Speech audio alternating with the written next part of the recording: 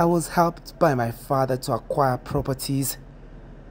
That was one of the defense filed by former President Edgar Lungu's daughter Tasila in stopping the forfeiture of her property, a farm worth 13.9 million kwacha to the state for being a proceeds of crime. Her defense says it a brick wall, as the court has ruled that there is no trial to show that her father helped her to acquire the said property. Recently, the Director of Public Prosecution DPP Gilbert Piri filed some forfeiture proceedings in respect to the property owned by Ms. Lungu, as investigations proved that the said property was a proceed of crime.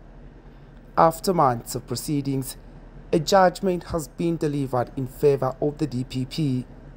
The court has established that Ms. Tasila Lungu's non-income activities were between June 11, 2015 to August 31, 2021, and her total earnings during the period in question amounting to 154,200 kwacha, which amount the court says is far insufficient to have purchased and later on developed the farm in question.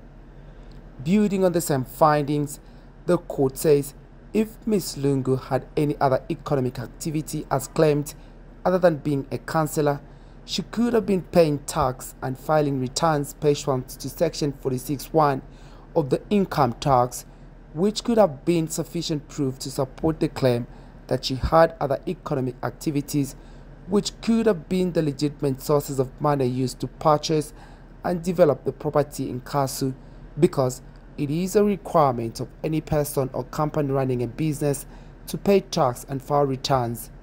The court says Ms. Lungu has not provided any proof to support her claim that she had other economic activities, and in the absence of such proof, the court says the only reasonable inference to draw is that Ms. Lungu may have run some businesses but evaded tax, and tax evasion being a serious offense, it therefore follows that the property acquired through the said proceed becomes tainted property liable to be forfeited to the state as per Section 2 of the Forfeiture of Proceeds of Crime Act.